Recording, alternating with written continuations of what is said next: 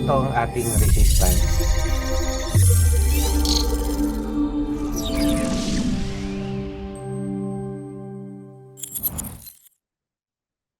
So, good evening guys. Welcome again sa ating webinar brought to you by Tickmill and of course, Asasi Crypto and Forex Community. So, right now, scalping topic ulit tayo pero maganda to kasi definitely for newbie pero at least gaya ng nasabi ko na reminder para sa mga nanonood ng recorded nito at sa mga bagong naka-join pa lang sa live webinar natin na libre ng Tickmill Weekly, no? Na dapat at least napanood nyo rin yung mga susunod nating mga video o sorry, mga previous video natin, previous lesson natin. At least napanood nyo siya. At the same time, lalong higit kapag ka nag-uumpisa na kayo. Kasi ano yung mahalaga? First of all, lagi ko sinasabi sa inyo, pinakamahalaga dito yung disiplina nyo.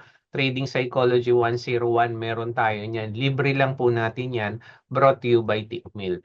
Okay, libre natin yan na webinar. So, Trading Psychology 101, market structure, and then siguro next week, mga price action naman yung ating pag-uusapan. Yung iba-ibang candles, pag-uusapan natin yon. Pero ngayon, scalping strategy muna tayo. Okay? So, okay ba lahat? Google Pixel 8, pwede pong paki-rename po ang pangalan po ninyo para pagka matawag ko kayo mamaya. Okay? So, at least may mga ano na tayo, meron na tayong mga viewers, mga webinar na umattend. So, share screen lang ako. Pag-usapan natin, guys, dito sa Oops, okay. Ayan. Pero bago ang lahat, update lang tayo. Meron tayong tinatawag na passive income, no? So, bot EA to. Pakita lang natin. So, sa ngayon, kumita na to. Ito yan, live tayo ngayon. Kumita na to ng 317, in-install to ng January 16, 2025. So, halos isang buwan at kalahati. Okay, isang buwan at kalahati. Kumita na siya ng, kung makikita nyo dito, $317. Okay. And then, meron din tayong na-install na kasi ito ay welcome na sa Tickmill. Ang drawdown nito guys, hindi pa siya tumataas ng $44. Ngayon, ang drawdown nito ay $8 lang. Ganyan siya kaano yung risk management niya. Okay. Ngayon, meron din tayong na-installan na sa Tickmill. So, from other EA, kasi nga medyo mabagal yung Asasi Turtle natin. Hindi ko pa yung gaanong pinromote. Kung mapapansin nyo, ito, a total of 105 na ang kinita, no? Last week siya na-installan, no? So, yun yung kinita niya yan, $105. Kung paano kayo mag-join dito, tanungin nyo magkano capital. Ang recommended po is $1,500, pero pwede ang 1,000. Babaguhin lang natin yung setting. Tapos, profit sharing niya is 20% ang ibibigay natin sa EA developer natin. So, may risk din po ito kasi nga hindi natin alam ang market. Pero so far, ito na yung pinakasabihin na nating maganda ang risk management kasi ang drawdown never pang bumaba ng 44% simula nung January 16 doon sa mga bagong account natin. Okay, sa mga bagong account. Kasi ito na yung pinaka-latest modified setting since 2019 pa po ito. So kung may tanong kayo, PM lang. May Google form tayo nito. So siguro gagawa ako ng isang dedicated video about dito sa Asasi Euro scalper natin, Euro USD scalper. So yan yung ano natin, meron ng kumitang 105, yung January 16 na nakita natin, kumita na yon gaya ng sabi ko, 315, no? So, lagi tayong nag-update niya sa Asasi Group natin. Dito sa Asasi Group, check natin yan. So, ito at least member sana kayo ng group na ito para kung may mga tanong kayo, tanong-tanong lang kayo dito. Okay? So, yan, punta na tayo sa pinaka-topic natin ngayon. Ang pinaka-topic natin ngayon is yung ating scalping. So, ang gagawin natin, papakilala ko muna sa inyo mga indicator ito na hindi gaanong kilala. Hindi gaanong kilala, pero sa trading view, maraming gumagamit sa kanya. Okay. Ano ba itong scalping strategy natin? Unang-una, kung mapapansin niyo, hindi ko pinawawala sa anumang strategy yung ating Asasi order block. Ngayon, papaano niyo makukuha yan? Type niyo lang Asasi order block. Kung hindi ko lang sure, alam ko hindi naman 'to public. Pero PM lang kayo. Make sure din nakasama kayo dito sa Tickmill, Asasiyan, exclusive forex trader natin. Okay, dito ina-announce din natin lahat ng meeting. Dito natin nilalagay mga libreng charting para makasunod tayo sa market. Possible, probability lang 'yan. Ayan, diyan din ako nagtatanong o na sumasagot sa mga tanong ng mga newbie. Willing to help tayo. Libre lang po yan as long na nakaregister kayo sa Tickmill account natin. PM nyo ako na gusto nyo magpa-add dito. So everyday meron tayong charting dyan saan may opportunity tayo mag-trade. Okay, so yan po yung ating Tickmill. So ipo-post ko dyan kung paano nyo makukuha yung mga indicator na to. Pero the rest, katulad nito, isa to, yung Asasi order block. Okay. Pangalawa, yung BIDYA na tinatawag. So pagka tinype mo yung BIDYA, o volume Big Beluga. Teka lang mas maganda volumatic, ayan, variable index dynamic average ni Big Beluga. Ayan, Big Beluga dapat.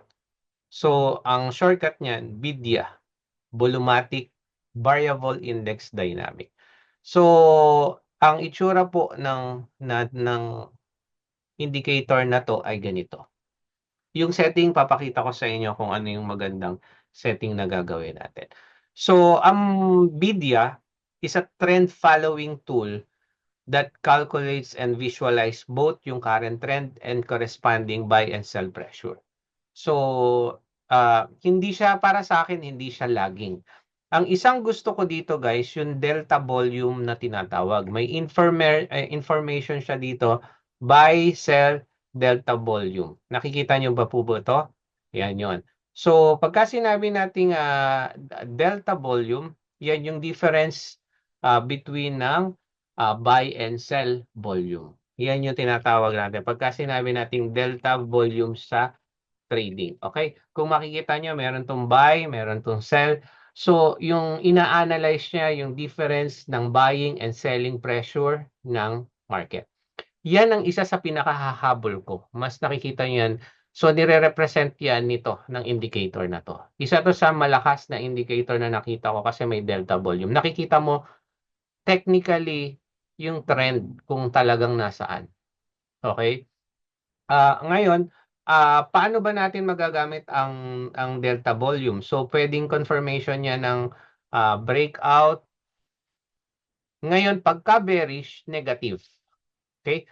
So, mamaya ipapakita ko paano ka magte-trade using this BIDYA, volumatic BIDYA indicator. Okay, so meron na tayong isa. So, ano pa yung isa na indicator na dapat nating gawin? So, ipopost ko na rin ngayon dito sa chat room natin.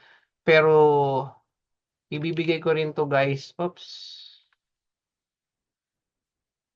Saan to? Dapat dito. Yan.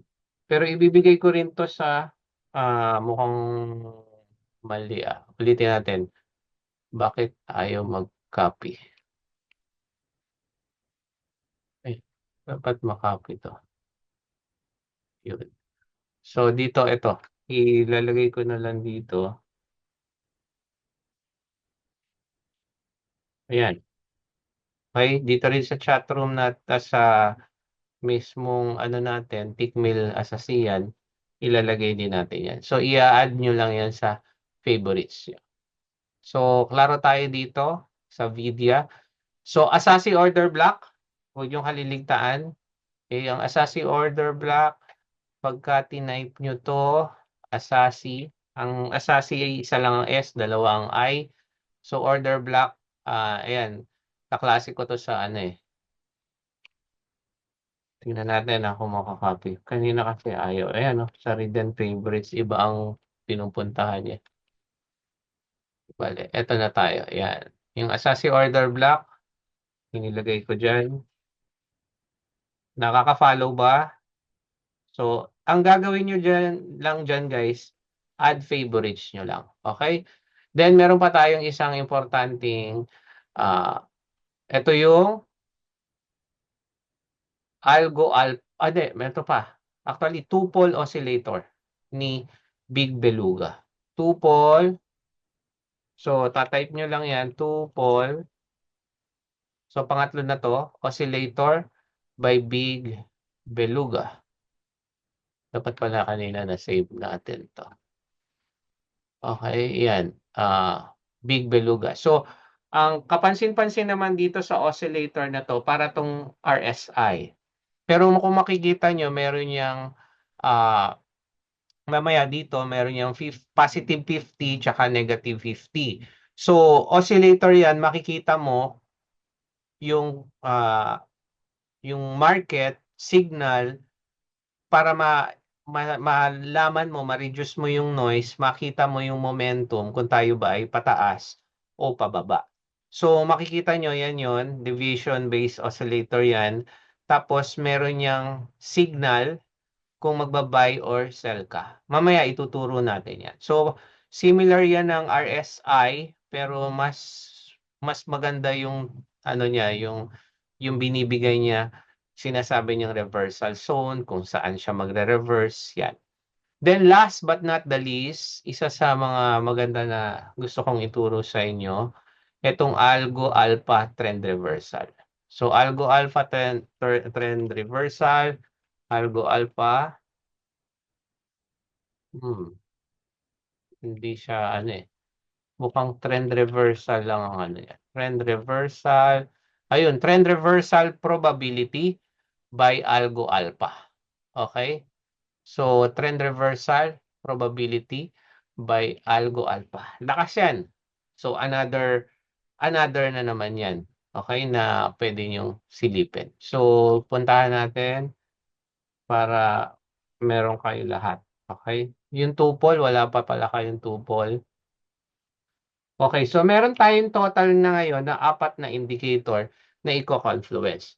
Kaya lang, ang problema natin, kapag ka naka-free kayo na trading view, 2 lang ang indicator na pwede nyo gamitin. So, pwede nyo gamitin itong tuple, and then wag nyo pawawala yung volume, volume bidya. Okay? Itong bidya natin, no? Na volume, bar level index dynamic. So, wag nyo iwawala yung dalawang yun. Now, punta na tayo sa mismong trade natin. Okay. Tinanggal ko dito yung isa. Okay. So, dito muna tayo. So, Coach, saan ba maganda mag-analyze? Actually, sanay tayo sa higher time frame Pero sa scalping, maganda siya sa 5, 10, 15. Pero sumisilip din ako sa, halimbawa, sa 1, makikita ko, okay. Downtrend tayo. Yan yung bidya natin na Big Beluga, downtrend. Ngayon, isa-isahin natin to. Itong green na to, kung makikita nyo, yan, meron tayong, ang momentum natin dyan ay bullish yung momentum. Yung red na to, yan ang bearish yung momentum. Kung makikita nyo, may mga pivot point din yan dito. Yan yung guhit na yan. Hanggat hindi yan nilalampasan nito, na hindi invalidate yung ating trend. Pansinin nyo rin na wala kang babaguhin dito. Kung sa style, pwede mo lang tanggalin yung flat. Okay? Yung flat kasi yun yung sa gitna. Hindi natin kailangan yon. Kailangan lang natin ito. So, mas malakas to para sa akin sa nakita ko after kong mag-backtesting sa tinatawag nating mas malakas sa EMA na tinatawag. Yung smooth moving averages na tinatawag. Ngayon, huwag niyong pawawala yung Asasi order block. Asasi order block, pagka pula, bearish yung order block. Makikita niyo bumabagsak yung trend natin. Okay? Pero magandang gamitin itong strategy natin is 10, 15, 5 minutes, yes. Mas para sa akin maganda yan. Napansin niyo dito yung Bitcoin 'no, tatlo, 1, 2, 3 na bullish order block. Okay, dito ka. So halimbawa, dito lang tayo, halimbawa nandito ka nag-trade, pagkalabas nito, so 85, ngayon 86, so panalo ka na diyan. Ngayon, eto na, paano ka kung gusto mo ng i-trade talaga siya, gusto mo ng mas matinding confirmation, dapat yung delta volume mo kung maglolong ka, take note nyo 'to guys, kung maglolong ka, dapat 20% and above. Okay? Kung maglolong ka, 20% and above. So ito ang senyales ng long, okay? Yan ang pinaka-senyales natin ng ano, ng long, ng long. Ngayon kung mapapansin niyo, yan meron din yung another signal ng green, untog dito, signal na naman na tataas yung arrow. Pero yung first arrow, ito yung pinaka-reversal natin. So ito ang iniintay talaga natin. Sa red, ganun din. Yung red na may box, yun ang iniintay. Hindi yung pure arrow lang na ganun. Okay. Ngayon, papansin ninyo, so combination yan. Kapag ka nakakita ka ng mga ASASI order block, ibig sabihin pwede nang magbago ng trend. Aralin nyo ngayon yung strategy nyo kasi mamaya meron pa akong ipapakita sa inyong strategy. Ngayon, ito, pwede mong i-combine ito sa strategy mo sa smart money concept o kung saan man, kung meron ka. Kahit divergence ka, kahit harmonic ka. Ngayon, meron pa tayong isa pang, actually, dalawa pang indicator. Ano yung isa pang indicator natin? Okay, yung isang indicator natin ay itong two-pole oscillator. Pag-usapan naman natin. O bago tayo klaro ba sa atin itong volumetric media, yung trend na to, na para siyang, kung tutusin, support and resistance din siya. Yan. Green, bullish. Ngayon, yung first arrow, signal ng reversal na. Okay. Second, yung red arrow na may box, signal ng bearish tayo. Now, maganda yan, combination lagi with ASASI order block. So, yung order block, halimbawa, ito, lumabas na ang bearish order block. So, inaabangan lang natin na lumabas tong signal na to. So, that's a second confirmation. Ano yung second confirmation? First, bearish na. 1 and 2. So, hindi pa tayo mag-e-entry dyan kasi meron pa tayong mga strategy yung pwedeng pagkuhanan. Ngayon, gusto ko lang itanong, klaro ba sa inyo itong volumetric vidya ni Beg Beluga na indicator? Kung klaro sa inyo, can you type 3? Ayan. Okay, ayan, Big Beluga. Maganda to mga sir, sa totoo. Ginagamit ko na nito yan. So, binacktest ko siya, sabi ko, wow. Okay. Ngayon, ang isa pang dapat nating i-remind, delta volume, kapag ka-short ka, negative 20% dapat siya pataas. Ibig sabihin, pataas ng negative. Pagka-long ka, 20%. Okay? Ang ano lang dito, nagbabago ang delta volume kasi depende sa feed na binigay pagka nagpunta ka ng iba't ibang time frame. Pero maganda, tutok ka lang sa isa, doon ka lang. Okay? Ngayon, i-combine mo yan. Kung gusto mo, lagyan mo rin ng trend line, pwede.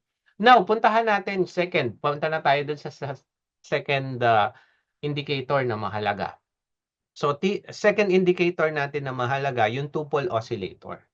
So, sabi natin kanina, itong two-pole oscillator, nagbibigay yan sa atin ng, ng signal, okay, kung ano ang trend at market momentum. Ngayon, kung familiar kayo sa stochastic, RSI, medyo similar ito.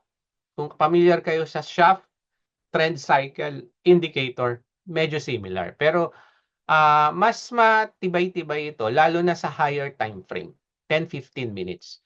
Bibigyan ko kayo, 15 minutes tayo. Okay. Kung papansinin nyo, ito, merong 50, okay, 0.50, Ito yung upper band. Ito yung middle band. Ito yung lower band natin. Pagka ang oscillator natin, ang tawag dito sa dalawang 'to, okey, wala siyang pangalan dito. 'Tong oscillator natin, 'tong blue line, okey, and then, itong isa, siguro makikita natin kung anong tawag dito. Wala siyang sinabi. Ayun, ito signal gradient strength, ito 'yon. Signal gradient strength. Tapos ito naman yung deviation-based oscillator. So dynamic, kung nagbibigay siya ng overbought and oversold condition. So similar talaga ng RSI. Ito yung gradients natin na style. Ngayon, kung mapapansin nyo, kung babasahin nyo yan, ayan, meron ng trend continuation kapag ka nakikita nyo yung mga arrow. Ngayon, ito, dito naman, balikan natin. Pagka ang ating crossover na tinatawag, ito, itong bilog na to, okay, na andito sa ilalim o kahit dito sa linyang to, yan yung mga possible buy signal natin. Pero tingnan nyo, hindi porket nag-cross, iyan na kaagad. Kaya ngayon, papasok na dyan yung other confirmation natin. Mamaya, ilalahat na natin.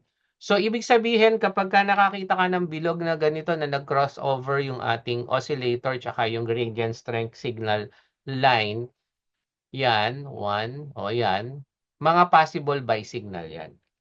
Pero hindi ka agad magbabay sa tuwing nakikita ka. Pero ang criteria dapat ito, nasa baba siya. Pagka nandito naman, ito yung mga sell natin. Okay? Yan yung mga sell signal natin. Signal, hindi ka pa talaga mag-e-entry dyan. Okay? Yan yung two-pole oscillator. Kung klaro sa inyo ang two-pole oscillator, can you type 4? Kung klaro. Kung ano, may tanong kayo, magtanong. Okay? Magtanong kung may tanong. Okay. Now, pagkatapos niyan, ang last natin na pag-uusapan ay ang yung algo alpha trend reversal. Ito malakas to, guys. Gusto ko rin kahit sa mga susunod yung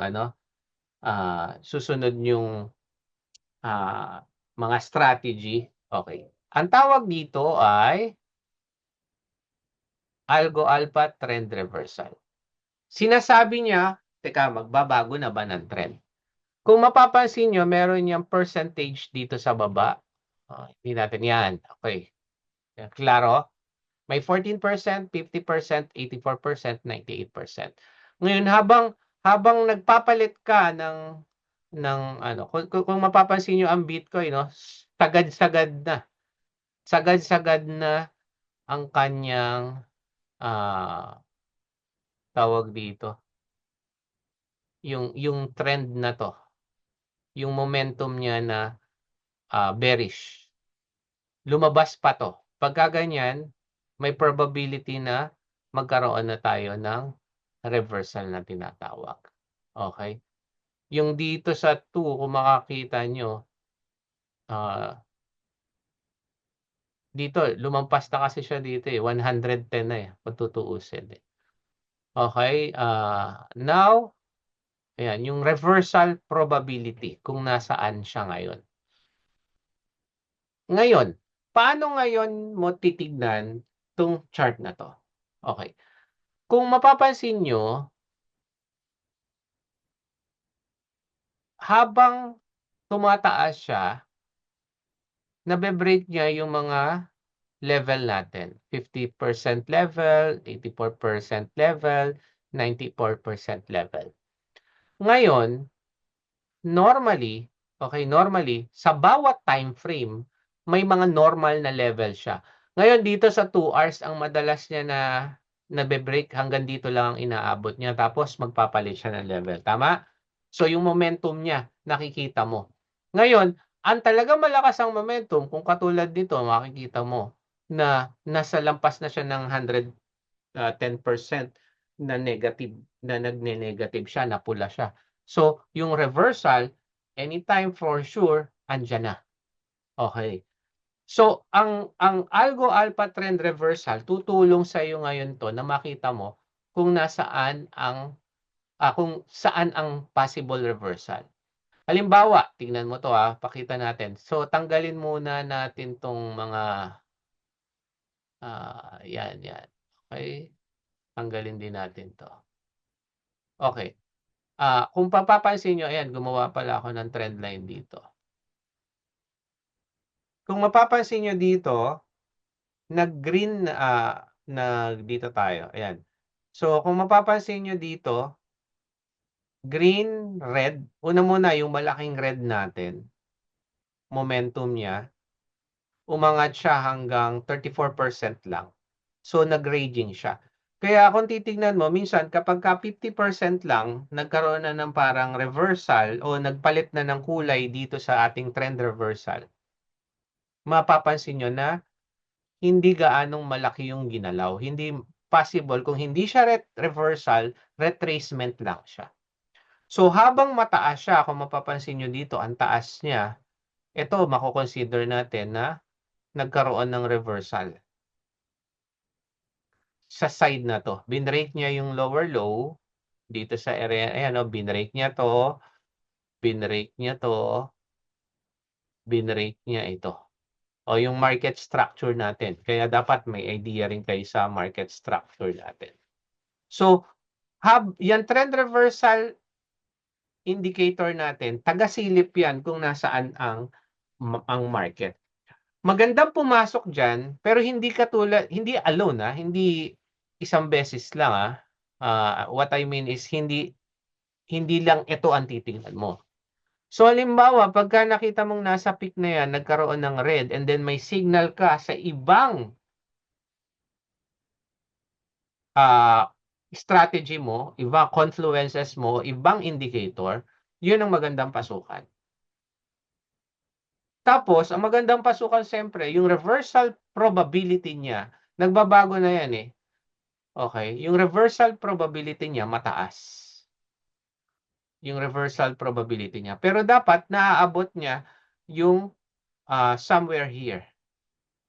Sa 84 pataas. Yan yung magaganda. Pero yun nga, sabi ko sa inyo, katulad dito, mapapansin nyo, dito sa 15, nagpapalit na kaagad siya ng trend. Okay? So hindi yan ang pinakamagandang pasukan. Pero tandaan nyo, meron tayong confluences. Hindi tayo nag-entry through one indicator alone. At least dalawa at tatlo o meron ka pang other confirmation. So ang point lang natin is tumutulong lang itong indicator na 'to, reversal na ba tayo, retracement na ba tayo? Okay? So yan lang siya. Ang maganda niya, may level 1, 2, 3, ayan, level 14, level 50%, level of 84%. So mapapansin niyo dito, ito ang taas nito. So tingnan natin yung presyo. Sana yung presyo? Ayan, yung Bitcoin, ayan, bullish siya, bullish. Nagkaroon ng retracement, ang liit lang ng pula.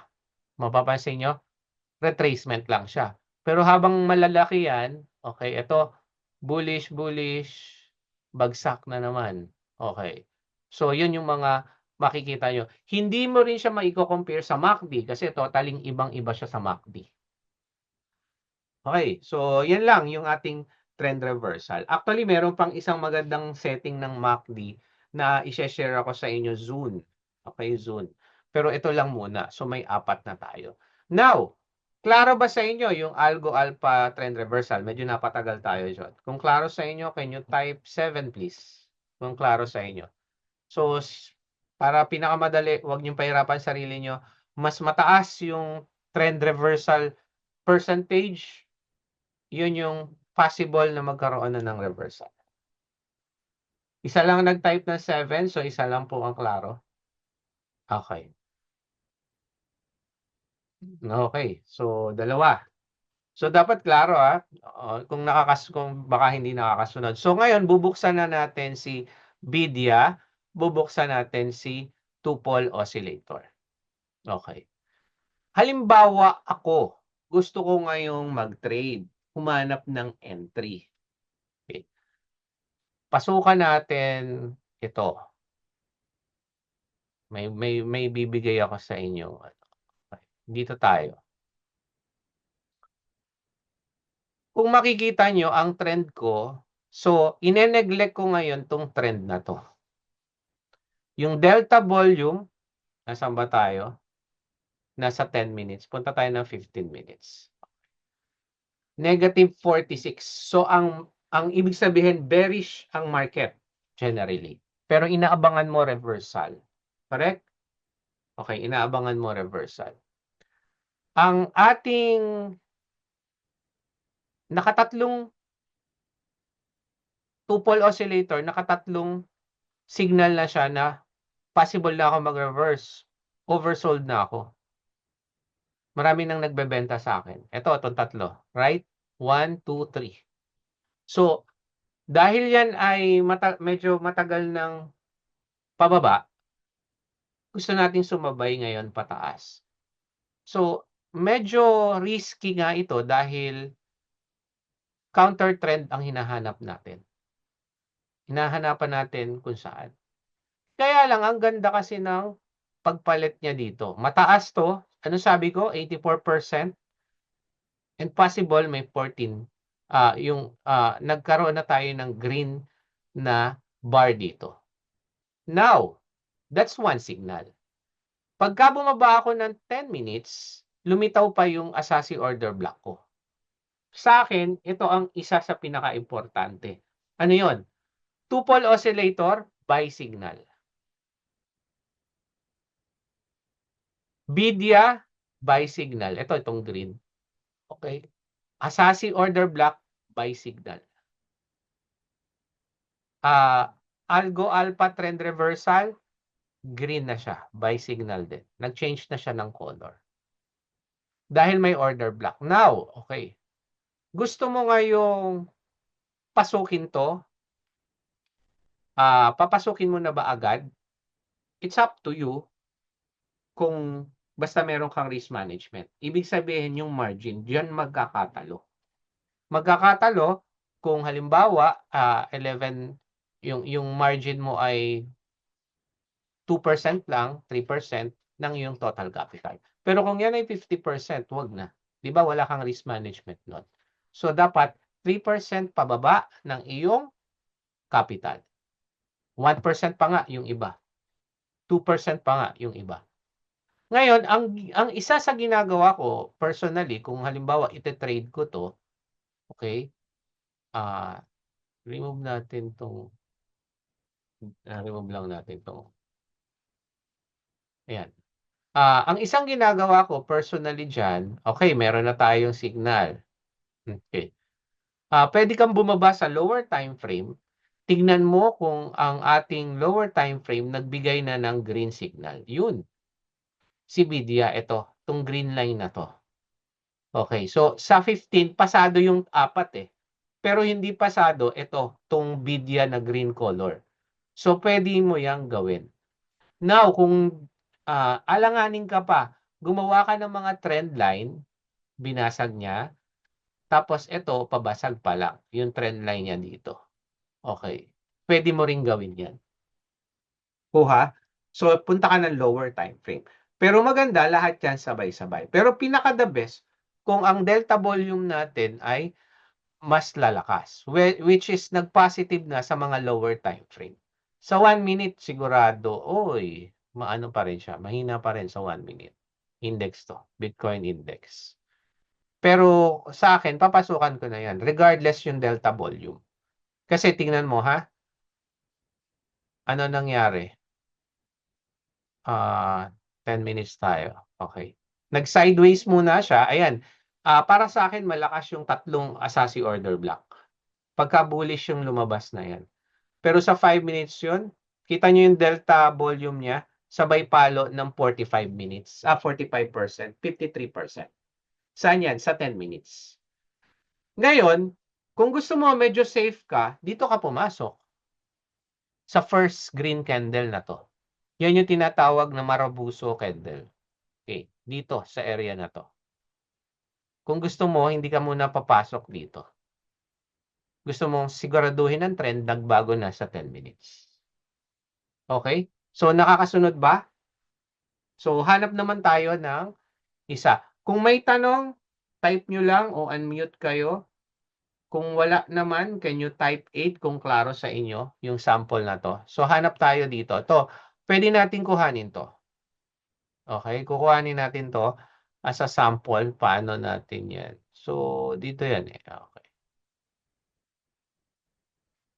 Okay. Wala. Walang delta volume. Okay. Now, una, nagkaroon na tayo. Anong isa sa pinaka-importante na sinasabi ko? Asasi order block. Pagka nagbigay ng bearish, possible mag-sell ka. Pero babalik tayo sa scalping strategy natin.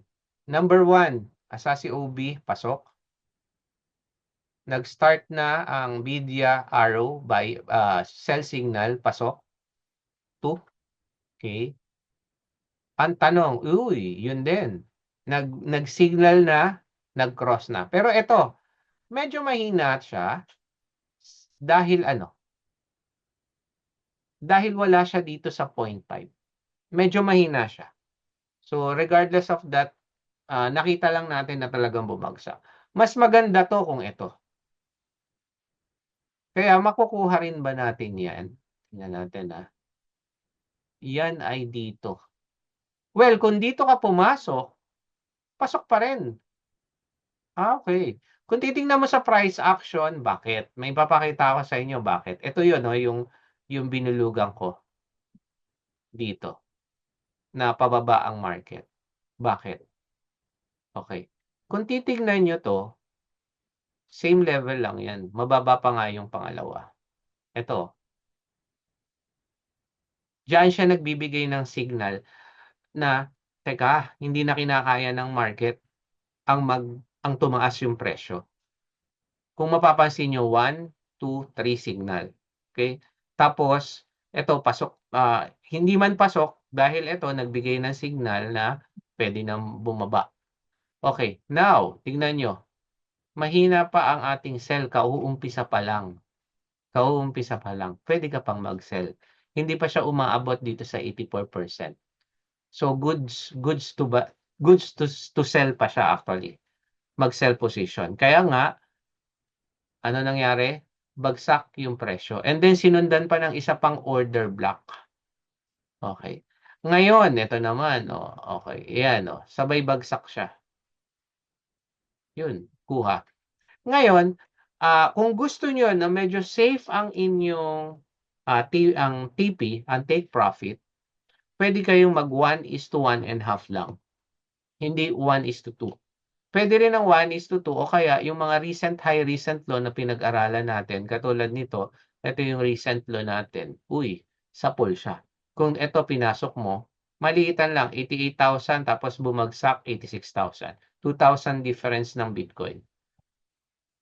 Okay? Kuha ba yun? So, ganun lang siya. So, kailangan magkakaroon ng buy signal o sell signal si BDIA.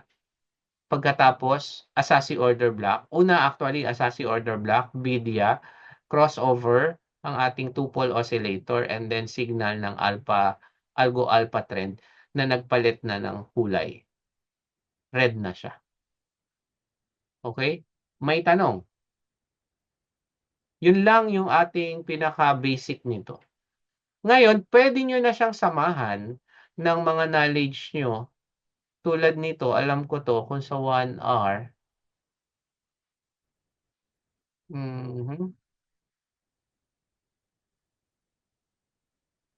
Hidden order block ang tinira nito dito. Hidden order block.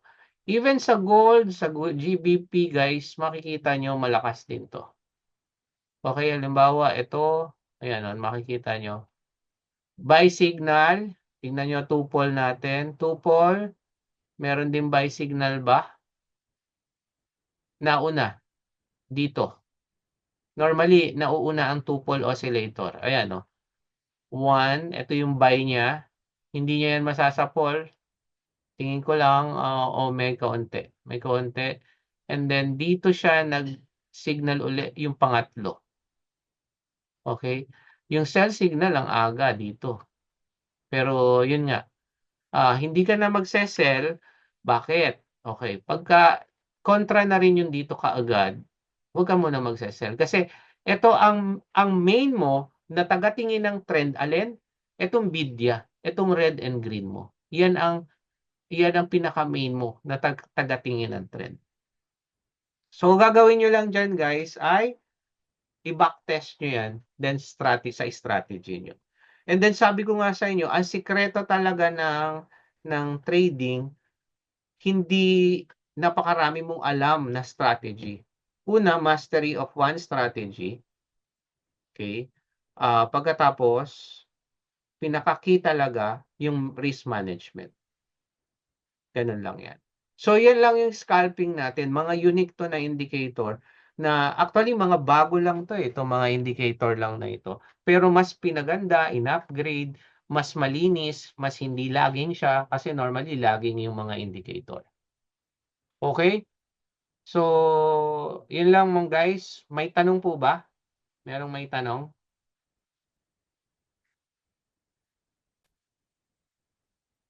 Yan. Libre po yan, sir, yung nakakaabil ng Asasi. Ayan, ipinost ko sa chat. Teka lang. Nilagay ko na sa chat. Ito siya. Asasi order block. Libre yan. Make sure lang na mag ano kayo mag-join kayo, mag-register kayo sa Tickmill, yun yung sinasabi ko sa inyo para maka-join kayo sa aming GC. So hindi nyo kailangan ng deposit, guys. Kailangan nyo lang mag-register sa Tickmill. Kaya yung mga nasa Cryptoverse dyan, no, na para makita nyo. So yung Tickmill natin, mag-register kayo dyan. May sarili tayong GC.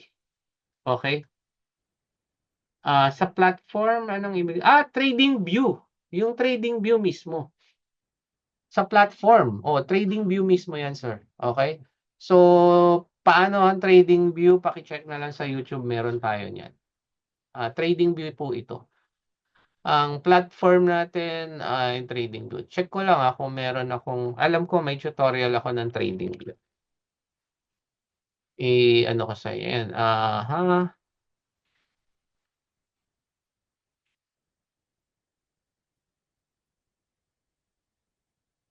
Okay. Yun, sa Tickmill, Ang Tickmill naman, yun yung broker natin. Ang tawag po dyan ay broker. Okay, meron pang tanong? Meron po bang tanong? Libre po magtanong, so wag mahihiya. Okay, kung okay kayo, medyo actually guys, sa totoo, very strong ang indicator na to, yung halos lahat na pinakita ko ngayon kasi binaktest ko na yan for 3 weeks. Sabi ko, ang lakas, malakas siya. So, kinombine ko siya sa strategy ko. So, yung personal strategy ko na ginagamit regularly, yan ang kinombine ko.